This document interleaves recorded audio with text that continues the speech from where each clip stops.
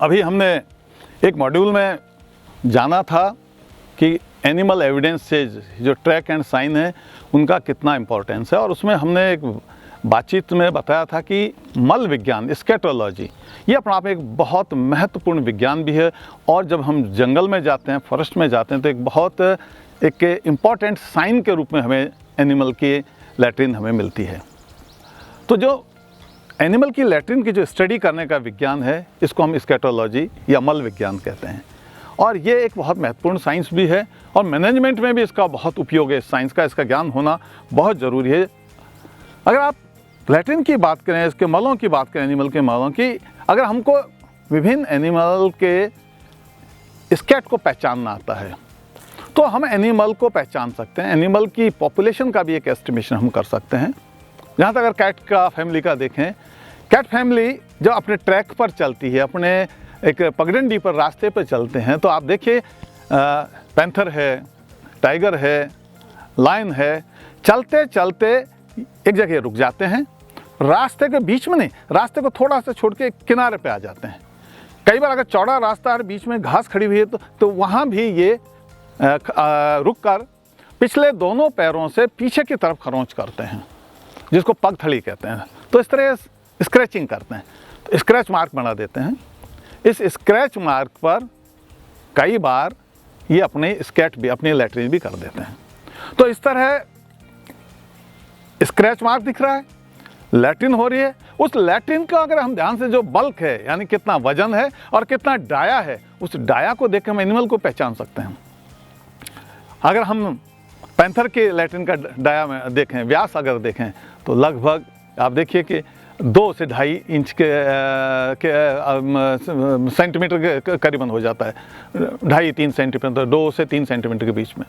लेकिन अगर हम टाइगर का देखें तो आप देखिए 5-5.5 सेंटीमीटर जो है चौड़ाई उसकी हो सकती है।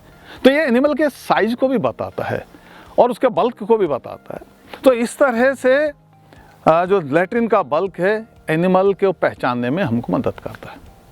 अगर हम पैंथर या टाइगर की जो लैट्रिन मिल रही है उसको किसी लकड़ी की मदद से तोड़ें, तो उसमें हमको हड्डियों के टुकड़े, बालों के और अपच बाल भी दिखाई देंगे। अगर इन बालों को बाहर निकाल लिया जाए और साफ पानी से धो लिया जाए और माइक्रोस्कोपिक स्टडी की जाए, तो उस बाल की स्टडी करके हम ये भी बता सकते हैं कि इस टाइगर और पैंथर ने अपने भोजन में किस एनिमल को किल किया था, किस एनिमल को मारा था। क्योंकि सभी जो एनिमल हैं उनके शरीर पर जो बाल हैं, उन बाल के आउटर जो सरफेस है उस पर एक चित्रांकन होता है। वो चित्रांकन सबका अलग होता है। तो माइक्रोस्कोप के नीचे या उस चित्रांकन की स्लाइड बनाकर जो हम माइक्रोस्कोप के नीचे देखते हैं, उसे एनिमल जो किल किया गया है, जो खाया गया है, शिकार के रूप में खाया गया है, उसकी आइडेंटिफिकेशन हो जाती है। तो इस तरह देखिए, स्कैटोलॉजी से हम अप्रत्यक्ष रूप से स्टडी करके ये भी पता लगा सकते हैं कि कौन सा एनिमल किस तरह की चीज़ों को किल कर रहा है, उसके फूड हैबिट क्या हैं। और तो जब हमें फूड हैबिट का पता है तो हम अपने मैनेजमेंट में एक दिशा दे सकते हैं, अपने मैनेजमेंट में कुछ न कुछ हम निखार ला सकते हैं।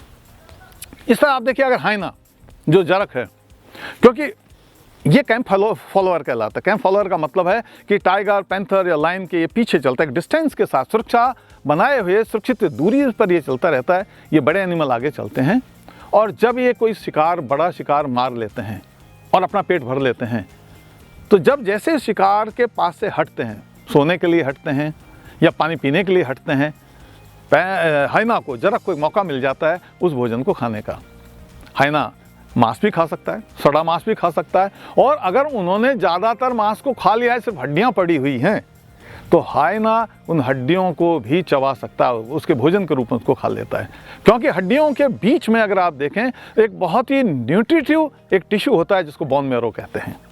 वो बोन मैरो को खाने के लिए ये जरक उस हड्डी को उठा लेता है और इसके शक्तिशाली जबड़ों से, मांसपेशियां बहुत शक्तिशाली हैं, उसको क्रश कर देता है, और क्रश करके हड्डी प्लस बोन मैरो दोनों को निकल जाता है।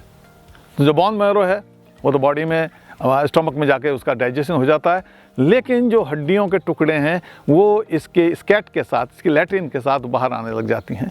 तो चूंकि हड्डी का रंग कैल्शियम रिच है, सफ़ेद होता है, इसलिए लैट्रिन का रंग भी सफ़ेद होगा। तो बहुत ज़्यादा वाइटनेस है, बहुत ज़्यादा हड्डियों के टुकड़े हैं और छोटे छोटे छोटे छोटे एक तरह के ड्रॉपिंग जैसे, और ड्रॉपिंग जुड़ी हुई सी दिख रही हैं। ये एक एविडेंस है हाइना की उपस्थिति का, जरख की उपस्थिति का। तो दोनों ग्रुप के जो मांसाहारी जानवर हैं, इनकी लैट्रिन का तरीका अलग है। इस अगर हम कभी जैकॉल को देखें, गीदड़ को देखें, गीदड़ जब अपनी लैट्रिन करता है तो कुछ कुछ राख के रंग की होगी, आगे से नुकीली होगी, और कई बार पत्थर या छोटी सी झाड़ी के ऊपर वो उसको डालना उसका बिहेवियर है, उसका व्यवहार है। तो उसको हड्डी के जो लैट्रिन है उसकी बनावट, उसका रंग और वो जहाँ रखी गई है उस तरीके को देख के हमें आभास हो जाता है कि ये जैकॉल की है, गीदड़ की है। तो अपने आप में एनिमल आइडेंटिफिकेशन में ये लैट्रिन हमें बहुत बड़ा रोल प्ले करती है। ऐसे ही अलग अलग जानवरों की लैट्रिन का तरीका और प्रकार अलग अलग है। कुछ ड्रॉपिंग करते हैं यानी मेंगनी करते हैं, कुछ डंग करते हैं यानी कि एक ही बड़ा ऐसा कि उसमें फाइबर आपस में जुड़े हुए हैं, एक बड़ा गोला जैसा होता है।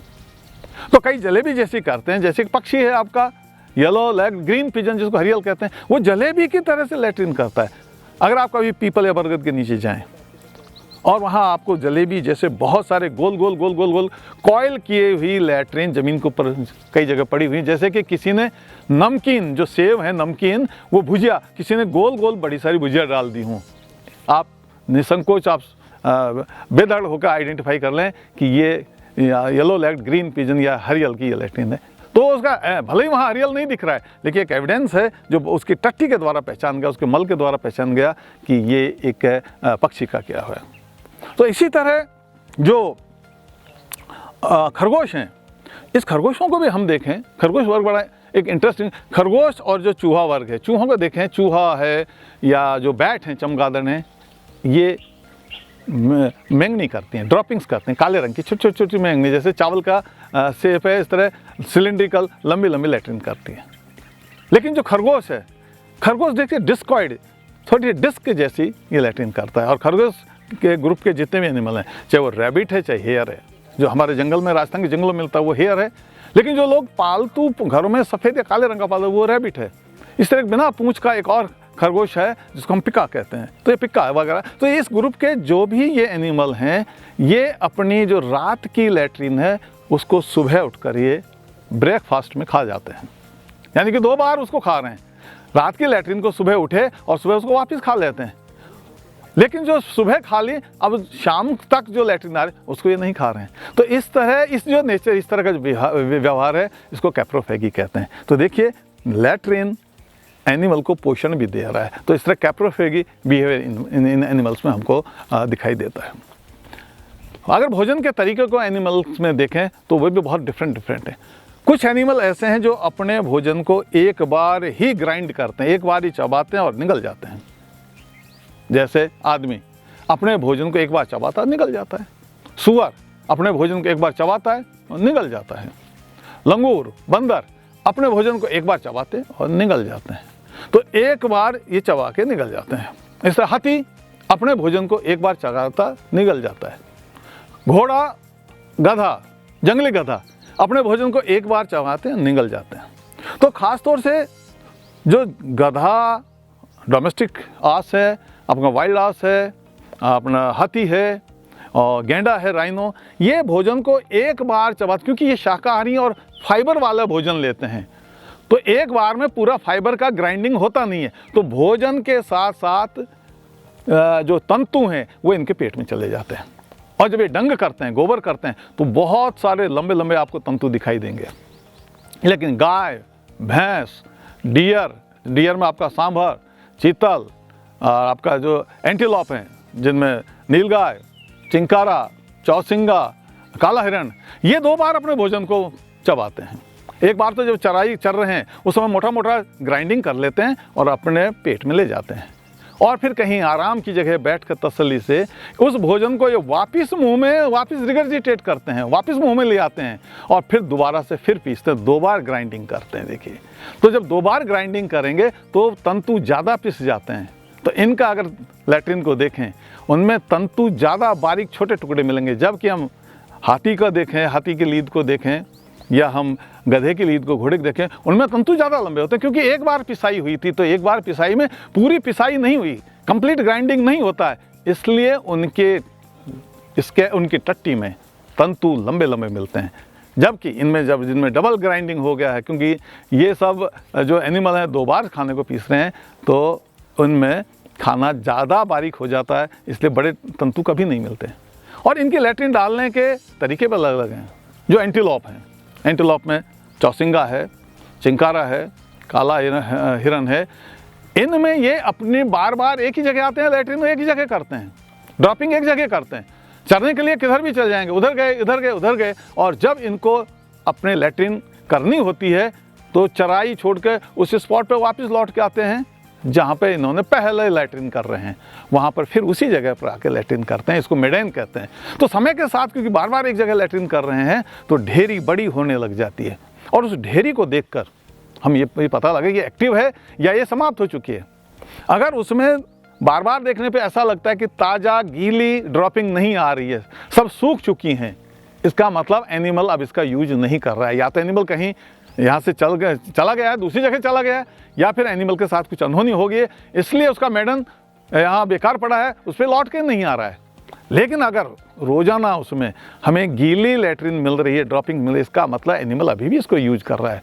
और इस चीज़ की वजह से इनको नुकसान भी होता है, क्योंकि जो शिकारी होते हैं वो इस प्रवृत्ति का दुरुपयोग कर लेते हैं। उनको पता लग जाता है कि मेडन एक्टिव है, इसका मतलब एनिमल लौट कर आएगा, वो छुप कर उनका शिकार करते हैं। तो इस तरह हमें मैनेजमेंट में इस चीज़ को ध्यान में देना चाहिए कि जहाँ जहाँ एक्टिव मेडन हैं हम उनकी सुरक्षा रखें, उसका कोई दुरुपयोग नहीं कर सके। ऐसे अगर हम गेंडे को देखें, गेंडा कहीं भी चरने चला जाएगा, लेकिन लौट कर आएगा और एक जगह ही ड्रॉपिंग करेगा, और कई बार तो ड्रॉपिंग के बहुत बड़े बड़े ढेर लग जाते हैं, मेडन के ढेर लग जाते हैं। जबकि हाथी एक जगह नहीं करता है, हाथी अपने लैट्रिन की जगह जहाँ है वहाँ अपने लैट्रिन को ताक देता है और आगे चलता रहता है। तो देखिए गेंडे में भी यही हैबिट है जो कि हमारे एंटीलॉप में हैबिट है, एक जगह लौटना और वहीं पे लैट्रिन करना।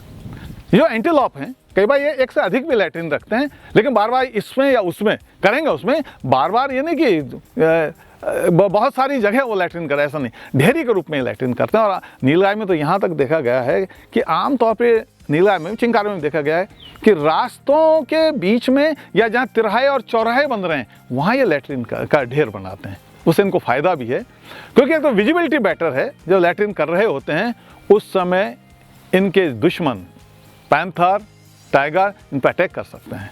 तो विजिबिलिटी रास्ते में जब कर रहे हैं तो विजिबिलिटी 2 तरफ तो कम से कम अच्छा दिख रहा है, और अगर थोड़ा सा भी खतरा है तो उस रास्ते का उपयोग करके तेज़ी से भाग के ये बचकर भाग निकलते हैं, इसलिए इनको उसका एक फैसिलिटी भी है। तो इस तरह से ये जानवर अपने मेडन को इस तरह बनाते हैं कि इनकी सुरक्षा उसमें बरकरार रह जाती है। जो बच्चे हैं, छोटे बच्चों में इस शुरू में एक जगह लैट्रिन करने की आदत नहीं डेवलप होती है, लेकिन जैसे जैसे वो प्रौढ़ होते जाते हैं, बड़े होते जाते हैं, उनमें अपनी सेपरेट लैट्रिन बनाने की, सेपरेट ड्रॉपिंग का ढेर बनाने की अपनी प्रवृत्ति उनमें बन जाती है। तो इस तरह एज का भी पता लग जाता है कि सेक्सुअली एनिमल मैच्योर है या नहीं, अभी जुवेनाइल है या सब अडल्ट है, इसका मतलब अपनी वो अभी भी ढेरी नहीं बना रहा है, और उसने अपनी ढेरी बनाना, पृथक ढेरी बनाना शुरू किए है, इसका मतलब वो अब काफ़ी अडल्ट हो गया है। तो इस तरह से एनिमल का बिहेवियर उसकी एज की तरफ भी हमको संकेत करता है। पानी के आसपास जहाँ जलाशय, अगर हम वहाँ जाएं तो हम देखेंगे कि वहाँ हमें पानी के किनारे किनारे लैट्रिन मिलेंगे, कई तरह के लैट्रिन मिलेंगे। ये जलीय पक्षियों की लैट्रिन है। वहाँ अगर हम किसी चट्टान पर देखें तो हमें ऐसा लगा जैसे किसी ने चूना डाला हो और चूना बहता हुआ नीचे की तरफ आ गया हो। इसका मतलब ये एक्वेटिक बर्ड की लैट्रिन है, क्योंकि एक्वेटिक बर्ड पानी वाले भोजन खाता है तो बहुत सारा पानी बॉडी में जाता है, तो लैट्रिन लिक्विड के रूप में निकलती है, ज़्यादा पानी होता है लैट्रिन में। तो जैसे वो लैट्रिन पेड़ पर करता है, पत्थर पर करता है, वो ढाल की वजह से लुढ़कती हुई नीचे की तरफ एक लाइन सी बन जाती है। इससे साफ पता है कि एक्वेटिक बर्ड की है। लेकिन जो ज़मीन वाले पक्षी हैं, क्योंकि उनके भोजन में पानी की मात्रा कम होती है, तो उनकी जो लैट्रिन होती है वो बहकर नहीं चलती। इससे पता लग जाता है कि एक टेरेस्ट्रियल बर्ड की लैट्रिन है। और अगर पक्षियों की लैट्रिन को हम देखें, लैट्रिन में हमें 2 रंग दिखाई देंगे। पहला नीचे का जो चौड़ा हिस्सा है वहाँ हमें वाइट रंग दिखाई देगा, और फिर बाद में ऊपर देखें काला रंग दिखाई देगा। जो वाइट रंग है ये एक्चुअली उनका यूरिन है, और जो ब्लैक वाला कलर है वो उनकी लैट्रिन है। तो यूरिन और लैट्रिन दोनों एक ही रास्ते से निकलती है, जिसको हम क्लोएका कहते हैं। यही चीज़ रेप्टाइल में भी है, यही चीज़ हमारा जो है सारे बर्ड्स में भी है। तो इस तरह से लैट्रिन का देखकर हम पक्षियों के शारीरिक बनावट को भी हम बहुत हद तक हम जान लेते हैं कि पक्षी की या किसी जानवर की बनावट कैसी है। कई जगह अगर हम किसी मीटर बॉक्स के नीचे देखें तो हमें वहाँ चूहे की जैसी लैट्रिन गिरी हुई मिलेंगी, या कहीं प्लास्टर उखड़ा हुआ है वहाँ छोटी छोटी काली लैट्रिन आपको गिरी हुई मिलेंगी। उस लैट्रिन को देखकर आपको समझ आना चाहिए कि इसके पीछे कोई न कोई चमगादड़ रह रहा है, क्योंकि वो जो हैबिटाट है, जब वो चमगादड़ वहाँ आता है या वहाँ से बाहर निकलता है तो बार बार उस स्पॉट के ऊपर लैट्रिन करता है। इसी तरह अगर किसी एक पर्च स्टेशन का किसी एक ही जगह पर कोई पक्षी बार बार बैठता है तो उसके बार बार बैठने से एक ही जगह नीचे ज़्यादा लैट्रिन दिखाई देगी। इसका मतलब उस पर्च का या उस जगह का कोई एक एनिमल बार बार यूज़ कर रहा है। वो उसकी या तो सोने के लिए उस जगह को यूज़ कर रहा है या वो आराम करने के लिए उस जगह को यूज़, इसीलिए तो उसकी लैट्रिन सीधे नीचे गिर रही है। इसी तरह अगर हम बंदर और लंगूरों के रूस्ट स्थल पे जाएं, जहाँ ये रात को विश्राम करते हैं, उन पेड़ों के नीचे देखें तो हमें पेड़ की जो ड्रिप लाइन है, यानी पेड़ की जो आउटलाइन है, वृक्ष की जो आउटलाइन है, क्राउन की आउटलाइन है, उसके नीचे जगह जगह लैट्रिन के ढेर दिखाई देंगे। ये ढेर बताते हैं कि ऊपर कोई एनिमल बैठता है रोजाना, और रोजाना जब उसी सीध में नीचे वर्टिकली लैट्रिन गिरती है तो ढेरी बनना शुरू हो जाती है। उन ढेरियों को गिन के हम ये भी पता लगा सकते हैं कि यहाँ पर कितने अडल्ट लंगूर या कितने अडल्ट यहाँ पर बंदर रोजाना इस पेड़ पर सोने के लिए आते हैं। तो हमें उस काउंटिंग में वो मदद करते हैं। इसी तरह लैट्रिन का जो अध्ययन है वो हमें एनिमल की प्रेगनेंसी के बारे में बताता है। आपने सुना होगा हाल ही में राजस्थान में कुछ सालों पहले सरिस्कामी टाइगर को इंट्रोड्यूस किया, फिर दरामी टाइगर को इंट्रोड्यूस किया। कोई फीमेल प्रेग्नेंट है या नहीं इसकी जानकारी उसकी लैट्रिन से हो जाती है। उसकी लैट्रिन को इकट्ठा कर लिया जाता है और उसमें हार्मोन का क्या लेवल है, उस हार्मोनल स्टडी से उस लेवल को जानकर यह पता लगा लिया जाता है कि ये फीमेल प्रेग्नेंट है या नहीं। तो आप देखिए हमें मैनेजमेंट में भी लैट्रिन का कितना बड़ा रोल है। और लैट्रिन जितनी ज़्यादा है ये इंडिकेशन करती है कि उस स्पीशीज की संख्या वहाँ पर ज़्यादा है। तो आजकल जो सेंसस होने लगी हैं, ये सेंसस कुछ सालों से जो शुरू हुई है, इसमें एक ट्रैक पर चलते हैं और ट्रांजेक्ट पर चलते हैं, और उस ट्रांजेक्ट के दोनों तरफ जो एनिमल की लैट्रिन आती हैं, लैट्रिन के ढेरियाँ आती हैं, उनको काउंट करते हैं और उसके काउंट के बेस से सॉफ्टवेयर में उस सूचना को डाला जाता है और एनिमल की संख्या का भी हमको आभास हो जाता है कि कौन सा एनिमल इस यहाँ कितनी संख्या में। तो अपने आप में मल विज्ञान का जो अध्ययन है ये बड़ा विशद है। हमें न केवल एक एनिमल एविडेंस की तरह इसका एक महत्व है, बल्कि ये सेंसस में हेल्पफुल है, ये इसमें भी हेल्पफुल है कि एनिमल प्रेग्नेंट है या नहीं, और किसी एनिमल की लैट्रिन नहीं मिल रही है इसका मतलब एनिमल वहाँ एब्सेंट है। इसी तरह अगर उड़न गिलहरी है या नहीं, उड़न गिलहरी जहाँ जिस क्वार्टर में रहती है, जिस होलो में रहती है, उस होलो के एकदम अगर हम नीचे देखें तो उसकी ड्रॉपिंग्स, उस पेड़ के आसपास 1 मीटर का घेरा बना दें तो वहाँ ड्रॉपिंग्स अगर हमें गिरी हुई मिलती हैं, वो ड्रॉपिंग्स कुछ कुछ लाल रंग की होंगी, और उस ड्रॉपिंग्स को अगर हाथ में लेके हम चुटकी से तोड़ दें तो बुरादा जैसा होगा, क्योंकि ये महुए का पित्त खाती है। तो पित्त के रंग का, चॉकलेटी रंग का अगर बुरादा सा बनता है, इसका मतलब उड़न गिलहरी इस पेड़ में रहती है, इसके ऊपर जो क्वार्टर है उसमें वो रह रही है। तो इस तरह एनिमल की सटीक जानकारी देती है, संख्याओं की जानकारी देती है। तो जब भी आप जंगल में जाएँ, फॉरेस्ट में जाएँ, खेतों में जाएँ, चारागाहों में जाएँ, आप एनिमल एविडेंस में स्कैटोलॉजी का विशेष रूप से ध्यान रखें। आप स्कैट्स को ध्यान से देखें, नमी ज़्यादा है तो ये पता कि एनिमल ये रिसेंट है, इसका मतलब एनिमल कुछ दिनों या कुछ घंटों पहले गया है। बिल्कुल ड्राई है, इसका मतलब कुछ दिनों या कई घंटों पहले एनिमल जा चुका है। गर्मियों में स्कैट जल्दी सूख जाते हैं, सर्दियों में स्कैट धीरे सूखते हैं।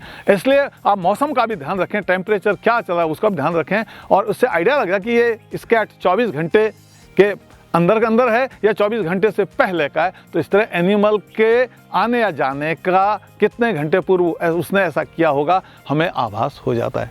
तो स्कैटोलॉजी बहुत इंपॉर्टेंट साइंस है। जंगल में इसका सदुपयोग करें, इसके बारे में और सीखें और अपने ज्ञान को आप बढ़ाएं। धन्यवाद।